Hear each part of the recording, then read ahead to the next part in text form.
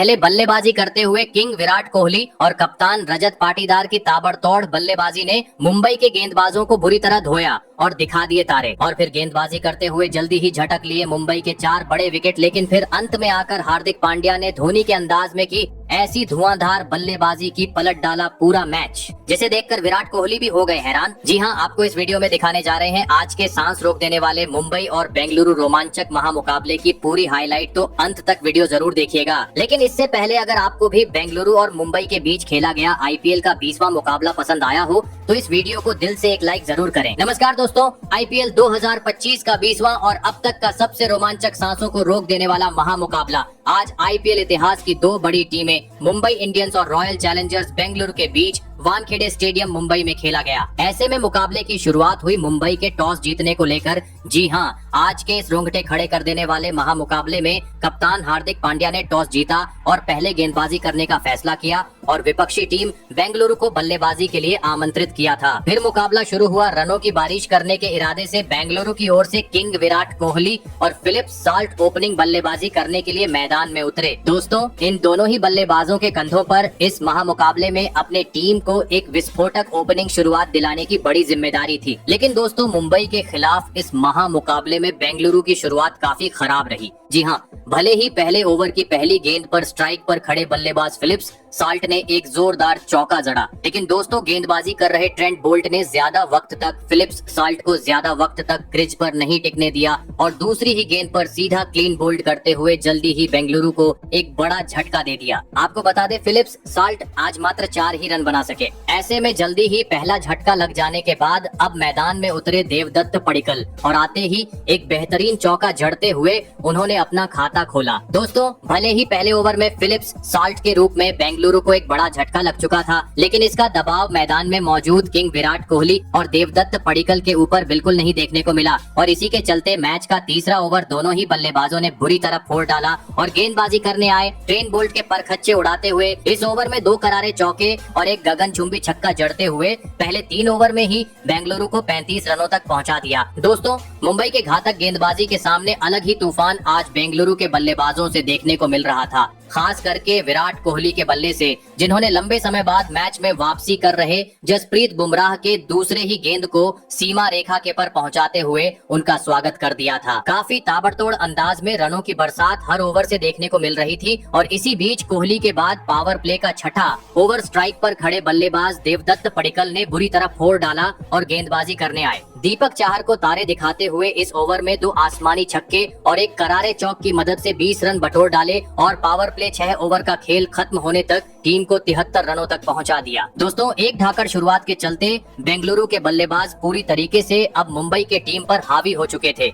जी हां, क्योंकि power play खत्म हो चुका था, लेकिन अभी भी पडिक्कल और विराट कोहली समय समय पर खराब गेंद को सीमा रेखा के पर पहुंचाते हुए 10 के रन से टीम का स्कोरबोर्ड आगे बढ़ाते जा रहे थे। विकेट गिरने का दूर दूर तक कोई नामो निशान नजर नहीं आ रहा था और दोस्तों, इसी बीच मैच के 9वें ओवर में किंग विराट कोहली ने एक गगनचुंबी छक्का जड़ते हुए महज 29 गेंद में इस महामुकाबले में अपना धमाकेदार 50 जड़ दिया। मुकाबला भले ही मुंबई के वानखेड़े स्टेडियम पर था, लेकिन अब सभी प्रशंसकों से आरसीबी के नारे सुनने को मिल रहे थे। ऐसे में मुकाबले में वापसी करनी थी तो मुंबई को किसी भी हाल में इस जोड़ी को तोड़ना अब जरूरी हो चुका था और दोस्तों, आखिरकार ये काम करके दिखाया विघ्नेश पुथुर ने, जिन्होंने 9वें ओवर की अंतिम गेंद पर देवदत्त पडिक्कल को बाउंड्री पर विल जैक्स के हाथों कैच आउट करवाते हुए बेंगलुरु को दूसरा झटका दे दिया। आपको बता, देवदत्त पडिक्कल 37 रन की पारी खेल आउट हुए। ऐसे में 2 बड़े बल्लेबाज पेविलियन लौट जाने के बाद अब विराट कोहली का साथ निभाने मैदान में उतरे कप्तान रजत पाटीदार। लेकिन दोस्तों, इसके बाद जैसे ही जसप्रीत बुमराह ने गेंदबाजी की कमान संभाली, अचानक से बेंगलुरु की रन गति काफी धीमी हो गई। 10 के रन रेट से आगे बढ़ रही बेंगलुरु अब सीधा 8 के रन रेट पर पहुंच गई। हर ओवर से कभी 3 तो कभी 4 ही रन देखने को मिल रहे थे। लेकिन दोस्तों, अंततः 13वें ओवर रजत पाटीदार अपने हाथ खोलते हुए नजर आए, जहां पर उन्होंने गेंदबाजी करने आए हार्दिक पांड्या के खिलाफ 2 जोरदार चौके जड़ हुए और इस ओवर में 12 रन बटोर डाले। दोस्तों, इस एक ओवर ने बेंगलुरु के बल्लेबाजी के मोमेंटम को पूरी तरीके से बदल डाला था, क्योंकि इसके बाद अगला ओवर भी बेंगलुरु के हित में रहा। जहां पर किंग विराट कोहली और रजत पाटीदार ने मिलकर 2 छक्के और एक चौका जड़ डाला। दोस्तों, बेंगलुरु की टीम अब एक बार फिर रफ्तार पकड़ती हुई नजर आ रही थी, लेकिन तभी मैच का 15वां ओवर लेकर आए कप्तान हार्दिक पांड्या ने अपने गेंदबाजी का जादू बिखेर दिया और एक ही ओवर में बेंगलुरु को दोहरा झटका दे दिया। जी हां, पहली गेंद पर सेट हुए बल्लेबाज किंग विराट कोहली को बाउंड्री पर कैच आउट करवाते हुए पवेलियन का रास्ता दिखाया, तो वहीं इसी ओवर की तीसरी गेंद पर मैदान में उतरे नए बल्लेबाज लियाम लिविंगस्टोन का भी पत्ता साफ कर दिया। आपको बता दें, किंग विराट कोहली 67 रन की धमाकेदार की पारी खेल आउट हुए,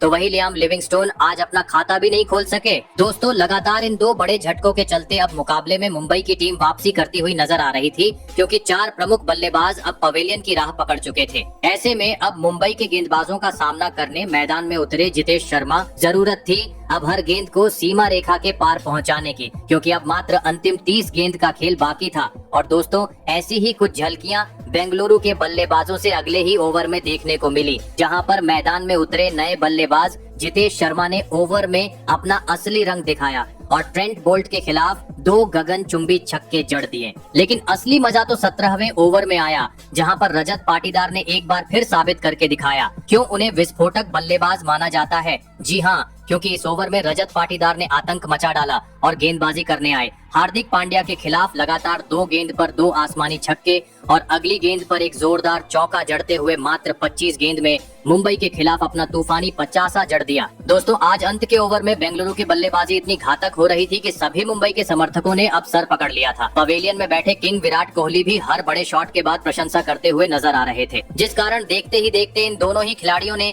छठे विकेट के लिए 50 से अधिक रनों की साझेदारी भी निभा डाली और साथ ही साथ बेंगलुरु को भी 200 रन के पार पहुंचा दिया। लग रहा था अंत तक अब यह दोनों ही बल्लेबाज मुंबई के गेंदबाजों का डटकर सामना करेंगे, लेकिन दोस्तों 19वें ओवर में टीम के लिए बहुमूल्य पारी खेल रहे रजत पाटीदार आखिरकार अपना धैर्य को बैठे और एक बार फिर बड़ा शॉट खेलने के चक्कर में विकेट कीपर के हाथों कैच आउट होते हुए पवेलियन का रास्ता नाप लिए। आपको बता दें, रजत पाटीदार 31 गेंद में 64 रन की पारी खेल आउट हुए, लेकिन दोस्तों दूसरी छोर पर खड़े जितेश शर्मा ने अंत तक अपनी ताबड़तोड़ बल्लेबाजी जारी रखी और बेंगलुरु को 220 रन के पार पहुंचाते हुए यह महामुकाबला जीतने के लिए मुंबई के सामने 222 रनों का विशाल लक्ष्य खड़ा कर दिया। ऐसे में दोस्तों, इसके बाद बेंगलुरु से मिले 222 रनों के लक्ष्य का पीछा करने मुंबई की ओर से हिटमैन रोहित शर्मा और रायन रिकेल्टन बल्लेबाजी करने के लिए मैदान में उतरे। दोस्तों, बेंगलुरु ने दिया हुआ लक्ष्य बड़ा था, ऐसे में दोनों ही बल्लेबाजों पर ताबड़तोड़ शुरुआत दिलाने की बड़ी जिम्मेदारी थी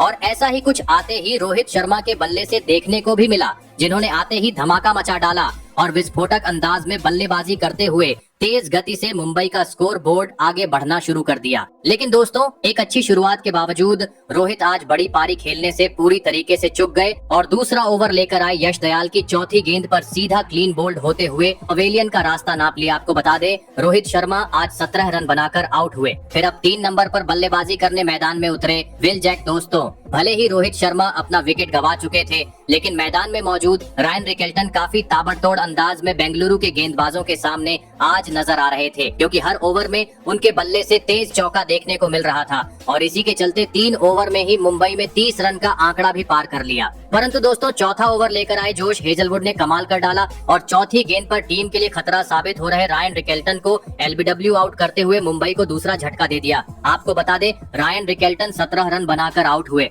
दोस्तों, पावर प्ले में ही 2 बड़े झटके लगने के चलते आज मुंबई पहले 6 ओवर में मात्र 53 रन ही स्कोर बोर्ड पर लगाने में सफल हो पाई थी। दोस्तों, भले ही पावर प्ले में मुंबई को एक बेहतरीन शुरुआत नहीं मिली थी, लेकिन बेंगलुरु ने दिए हुए लक्ष्य के करीब पहुंचना था। तो अब मैदान में मौजूद सूर्य कुमार यादव और विल जैक को अपनी जिम्मेदारी को समझते हुए बड़ी पारी खेलना जरूरी था। और दोस्तों, ऐसे ही कुछ झलकियां मैच के 8वें ओवर में देखने को मिली, जहां पर दोनों ही बल्लेबाजों ने अपना बेहतरीन खेल दिखाते हुए कुणाल पांड्या के खिलाफ 3 चौके बटोर डाले। लेकिन दोस्तों, सूर्य कुमार यादव का साथ निभा रहे विल जैक ज्यादा वक्त तक बेंगलुरु के घातक गेंदबाजों का सामना नहीं कर पाए और मैच के 10वें ओवर में बड़ा शॉट खेलने के चक्कर में बाउंड्री पर किंग विराट कोहली को एक आसान सा कैच थमाते हुए पवेलियन का रास्ता नाप लिया। आपको बता दें, विल जैक 22 रन बनाकर आउट हुए।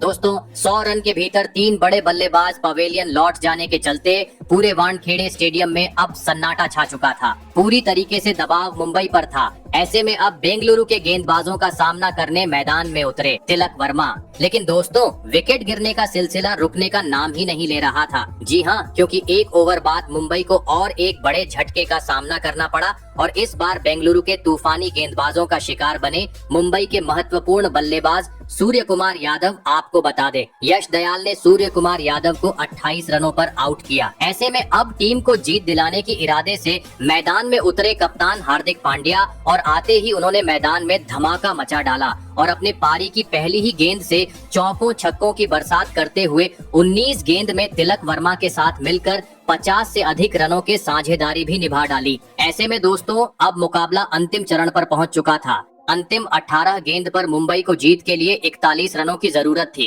लेकिन दोस्तों, इसी ओवर में तिलक वर्मा बड़ा शॉट खेलने के चक्कर में अपना विकेट गवा बैठे, जिस कारण मुकाबले अब 12 गेंद में 28 रनों की जरूरत थी। लेकिन दोस्तों, पहले ही गेंद पर हार्दिक पांड्या के रूप में बेंगलुरु को एक बड़ी सफलता मिल गई। लेकिन इस ओवर में नए बल्लेबाज मिचेल ने एक गगनचुंबी छक्का जड़ दिया, जिस कारण 6 गेंद पर 19 रनों की जरूरत थी। लेकिन दोस्तों, इस ओवर में मुंबई ने अपने 3 बड़े विकेट गवा दिए, जिस कारण अंततः बेंगलुरु ने यह महामुकाबला 12 रन के अंतर से अपने नाम कर लिया। तो आपको कैसी लगी हमारी ये वीडियो, कमेंट करके जरूर बताइएगा। धन्यवाद।